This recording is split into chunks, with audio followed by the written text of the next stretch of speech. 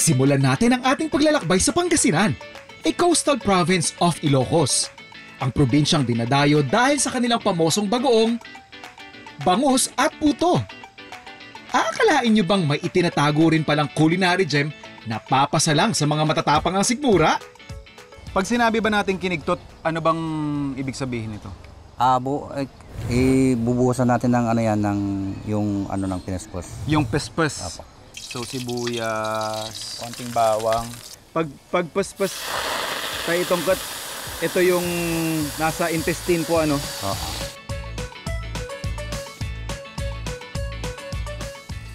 Ang talagang ginagawa natin dito, Sir Itongkat, yung sauce yung niluluto natin.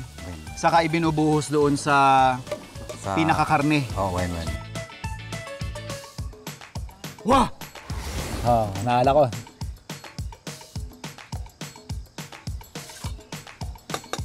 That's it, pansit.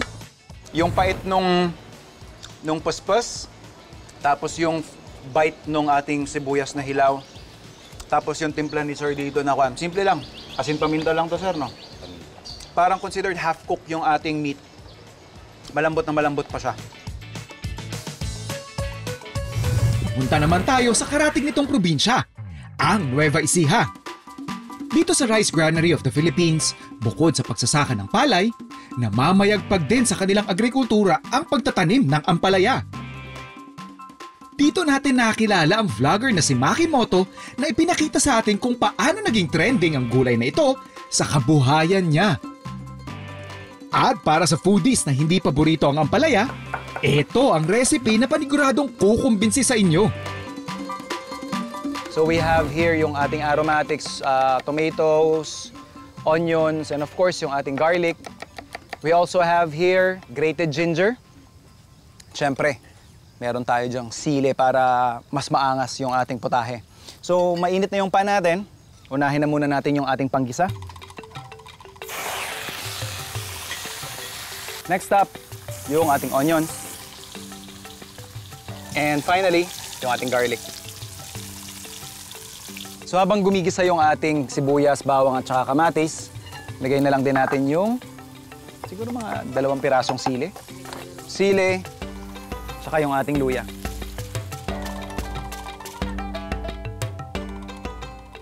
And then, yung ating cumin powder.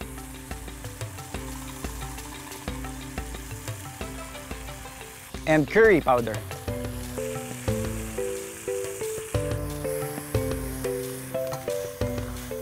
And then, yung ating gata.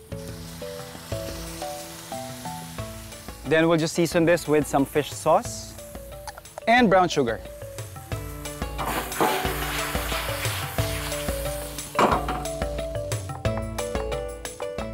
So nag-reduce na yung ating pinaka-sauce, yung curry na may gata natin. Pinalalaputan ko muna ito bago ko i-totally transfer yung ating ampalaya. Ilalagay lang din natin yung talbos ng ampalaya.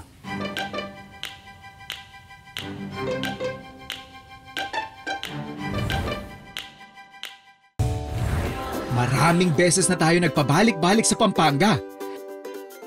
At talaga namang napatunayan natin na ito ang culinary capital of the Philippines. Maliban kasi sa kanilang husay sa pagluluto, may malalim na kasaysayan ang kanilang mga pambatong putahe katulad ng sisig. Way back like in the 1700, there's this Kapampangan Spanish dictionary written by a Spanish friar, Fraile Bergaño. The word sisig is already mentioned there, and it is defined as a salad served with a vinaigrette.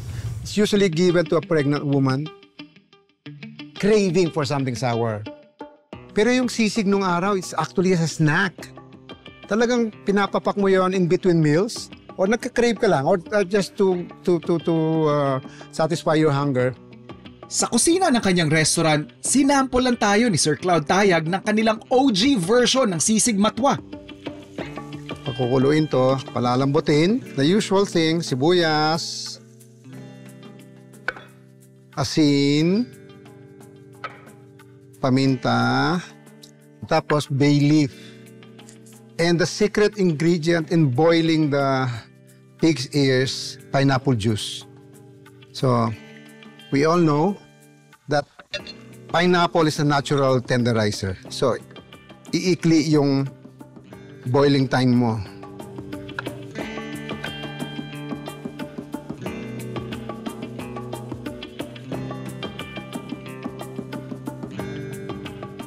Sibuyas, konting asin, sili, paminta, suka.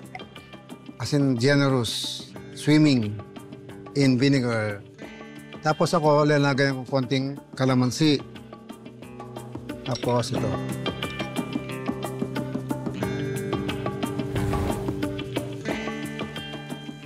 Pastillas at chicharon, ilan lang yan sa mga produktong tatak Bulakenyo.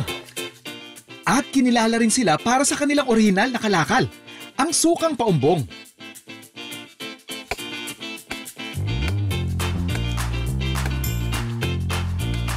So ito na po, dito na po ulit mag-uumpisa yung cycle. Ayan, makikita natin, nagkakatas na siya agad. Tapos type ko na po yan, pwede na po nating sabitan yan ng Bukas pa. container. Bakit po? Bukas pa ng umaga. Kasi kung minsan, may kasi yung mapaitan. Yung una, okay. Pagka nakuha na gaya na yan, nakuha ko na yan, diretso na sa tapayan na yan.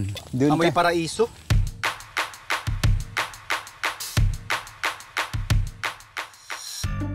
At kapag naburo na ito ng mabuti sa tapayan, pwede mo na itong gawing sausawan ng mga paborito mong fried food.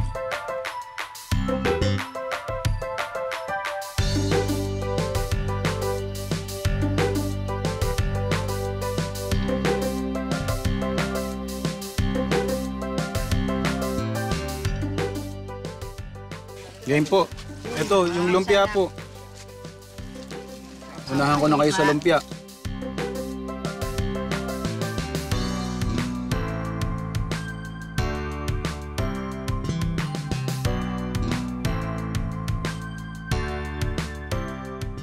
Gamit ang sukang paumbong, magluto naman tayo ngayon ng isang putahing sikat dito sa Bulacan.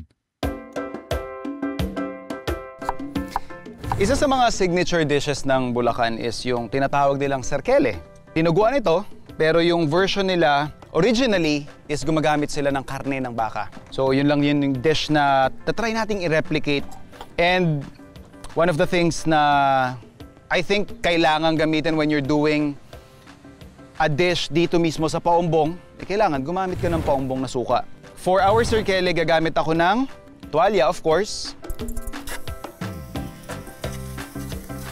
And tumbong. So ito yung pinaka-large intestine. Nahugasan na rin natin ito ng maayos.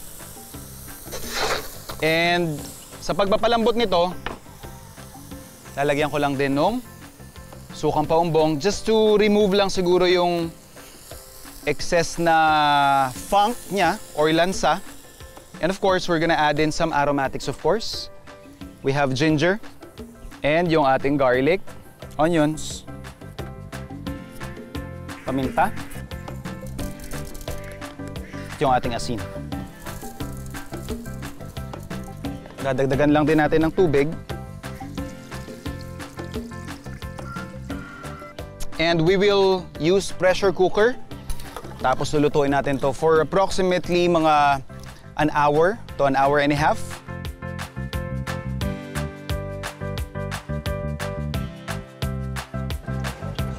So na-pressure cook na natin ito for more than 1.5 hours. Kita natin yung texture niyan. Ayan o. Fork tender na. Yung ating tumbong naman or yung ating large intestine. Malambot na rin.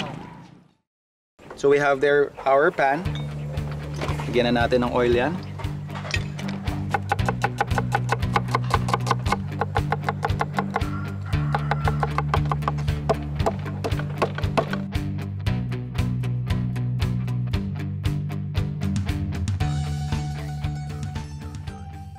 Our ginger.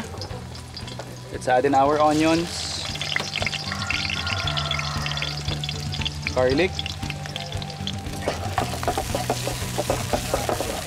Hatiin ko lang into 2 portions.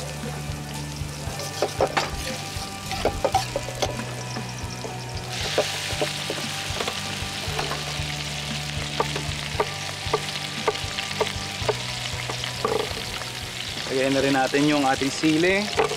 Now for our first version, ito natin may isang kutsa, yung laman loob ng ating baka. We're gonna add in yung ating beef blood.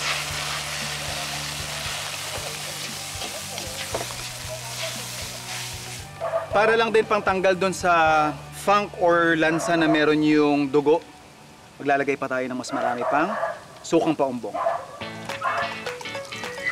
And then let's season this with sugar and soy sauce.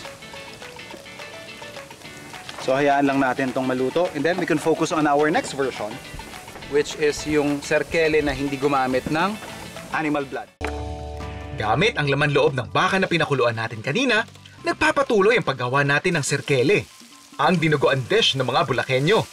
Kung sakaling hindi ka kumakain ng dugo ng hayop because of dietary or religious reasons, sinimulan na rin natin gawin kanina ang isa pang version.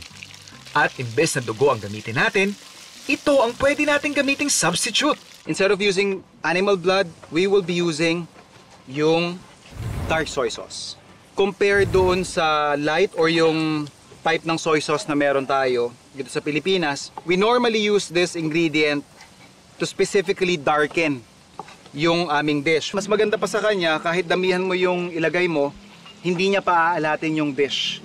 So more on color purposes lang talaga ang rason kung bakit namin ginagamit itong type ng soy sauce na ito. So kita nyo ganyan, imagine niyo wala pang isang kutsara ng dark soy sauce yung nailagay ko, pero yan na yung shade na naibigay niya doon sa ating dish. Hindi man totally black yung magiging kulay niya, but again, if you're going to make it a substitute doon sa serkele or dinaguan, I think yung gantong shade papasa na rin. You can just have to simmer this siguro longer para mas manuot or pumasok yung kulay ng dark soy sauce natin. Samantala, para naman sa ating serkele, pwede nyo rin itong dagdagan ng stock kung gusto nyo itong maging mas masabaw.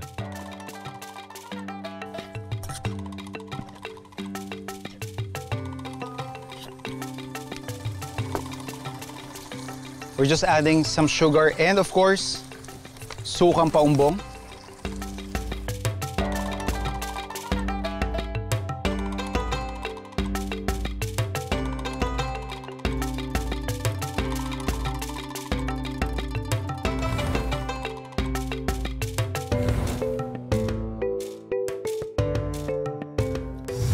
Our next stop, Laguna. Ang probinsyang markado sa kanilang wood carvings at masasarap na pampasalubong. May ipinagmamalaki ring recipe na nagmula sa bayan ng Victoria. May ilang parte sa Rizal na sikat yung bibi or itik dish nila doon, which is yung kinulob. Nakita natin pag-gala-gala yung mga itik ni Sir Maki dito. Might as well, gawa tayo ng sarili nating version ng kinulob.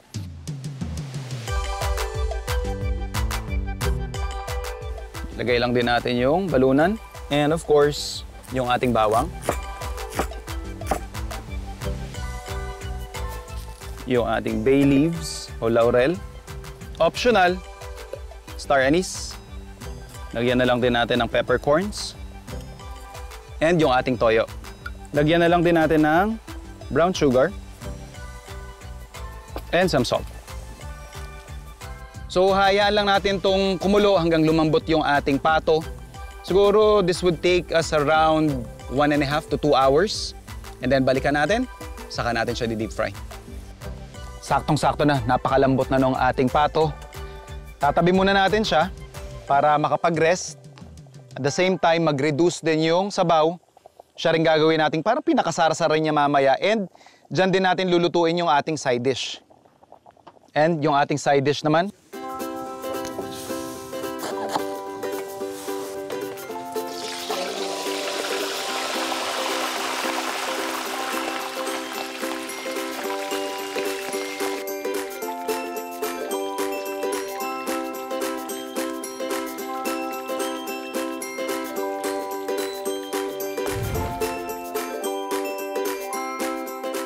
makulay na festival, makasaysayang mga simbahan, at kakaibang tradisyon tulad ng umpukan o tagayan. Ano man ang hinahanap mo bilang turista, matatagpuan mo yan sa Quezon Province. As we explore some of their signature products and delicacies, narito ang 2 recipes na magbibigay pugay sa kanilang lalawigan. Para ma-elevate natin yung paborito nating longganisa, bibigyan ko kayo ng isang magandang approach. Gagawa tayo ng Lukban Longganisa Bake. So ito yung ating Lukban Longganisa. Masarap na siya as is. Ipapatas lang natin yan doon sa ating tray. And then, yung iba pa nating ingredient. Mix lang natin to. Saka natin ipapatas doon sa ibabaw ng longganisa natin. Patungan natin din ng cheese.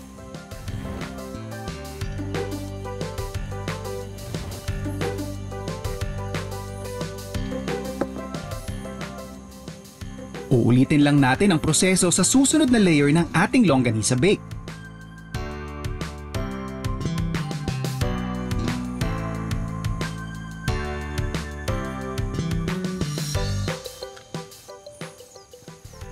Now for this step, this is optional.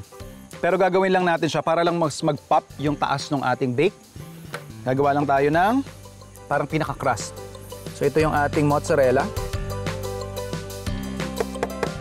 Parsley. Lagyan lang natin ng breadcrumbs. So irarab lang natin yung ating parsley doon sa ating breadcrumbs. Saka natin ihahalo sa mozzarella. Siyempre, parmesan.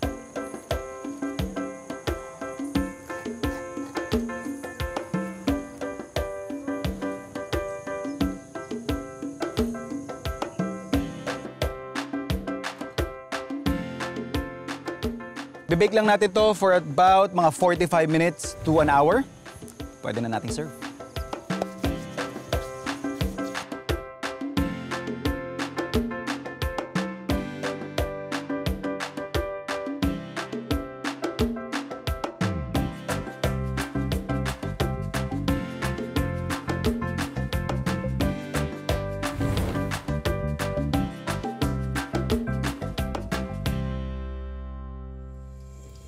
Partner ito ng kape, tsokolate, kahit tsaa. Pang merienda, perfect na perfect. Pero naisip niyo na ba kung anong magiging lasa ng isang tinapay, lalong-lalo na ng pinagong, sa soup? So for our next dish, gagawa tayo ng pinagong soup.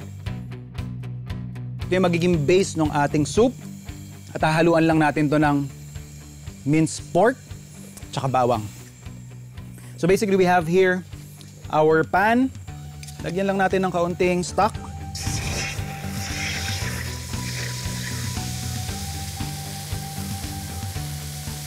Saka natin ilalagay yung ating meat.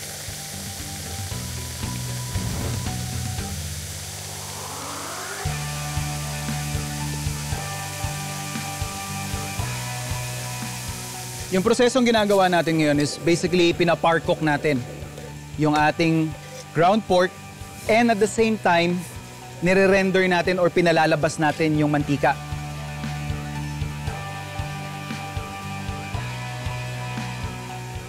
So at this point nakikita natin medyo lumalabas na yung mantika niya. Perfect time para ilagay na natin yung ating bawang.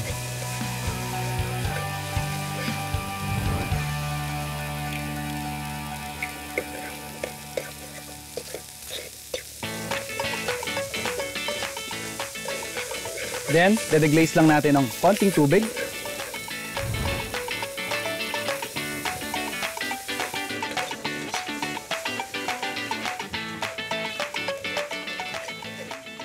Pira-pirasohin ang pinagong habang hinahalo sa sabaw.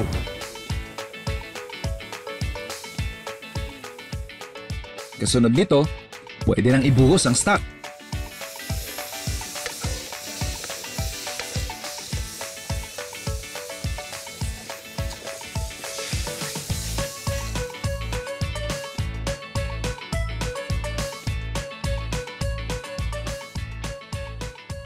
Kung mapapansin niyo, after natin ilagay yung ating pinagong, nagbago yung consistency ng ating sabaw. Naging mas malapot na siya.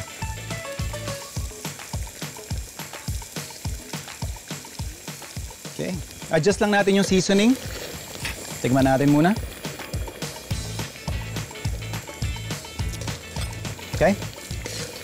Konting patis.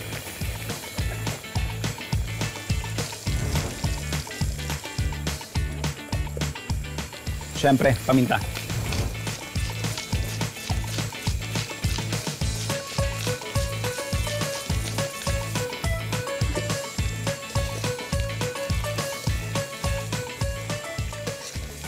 Pwede nyo rin lagyan to ng toasted garlic.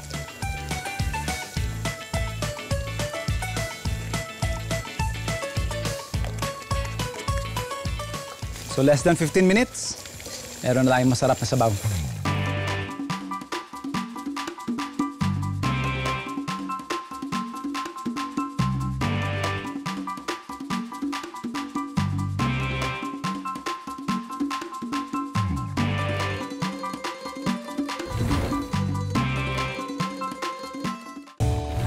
Tumawid na tayo ng karagatan at mamasyal naman sa Central Visayas. Welcome to Bohol! Hindi rin papahuli ang mga Boholano sa culinary scene dahil dito, matitikman mo ang takla o snapping shrimp at ang ube kinampay. Here in Bohol, when we say takla, pag niluluto siya, very best po siya for na may halong gata. Gata talaga. Kung hindi man sa gata, may tinatawag kami dito na pinauga. Pinauga. Meaning, dried lang siya. Minced lang siya sa oil, garlic, tapos yung takla. Plain lang, tsaka salt. Okay, parang Tapos, salt, pepper lang. siya na Okay. So, hindi kadalasang sineserve ang takla Yes. ng may sabaw? Yes po. So, kamayin ko na lang po. Oo, ako, magkakamay Sige ako. po. Para Kasi, may enjoy natin yung takla pag totoo. kinakamay. And for this dish, hindi ko na siya nilagyan ng rice. I mean, for Yep. the serving. Kasi ayan. May ube na. Ube, oo.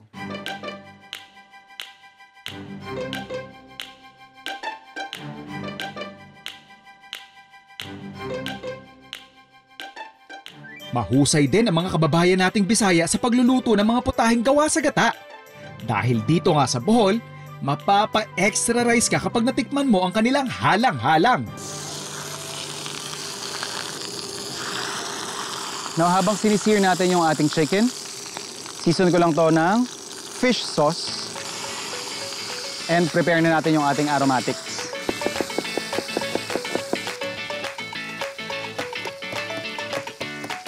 So, lagay lang natin yung ating mga aromatics. Literal na magpapabango doon sa ating putahe. So, inuna ko na yung tanglad. Habol na natin yung ating ginger. Onions, of course. Then, yung ating bawang. We're just gonna add in some chilies. And then we're just gonna pour in yung ating kakanggata. All we need to do now is gently simmer ito. So, I'm gonna cook this siguro at least 45 minutes hanggang fork tender yung karne. Then, pwede na mag-serve. Finally, the last stop of our food adventure happens in the crown jewel of Mindanao, Davao. In this cultural and culinary diverse province, susubukan natin gumawa ng version ng kansi, a one-pot dish tampok ang prutas na batuan. We will be using batuan as our souring agent. So literal to, bulalo na maasim. Another characteristic ng kansi, it should be on an orange-ish hue.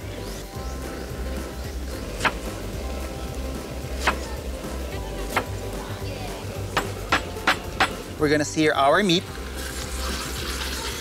Once na na-sear natin yung ating beef shank, pagsasama-samahin lang natin yung iba pa nating ingredients, lalong-lalo na yung ating langka. Yung langkang panggulay, hindi yung hinog. And then, of course, yung ating aromatics, onions, ginger, and lemongrass. And then, isasama na rin natin sa pagpapalambot yung ating batuan.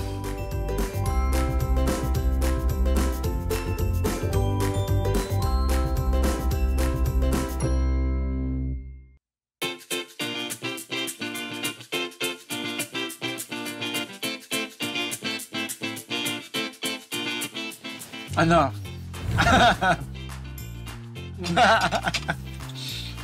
Where have you been? Di ba? I like sour food kasi. So this is perfect. Perfect.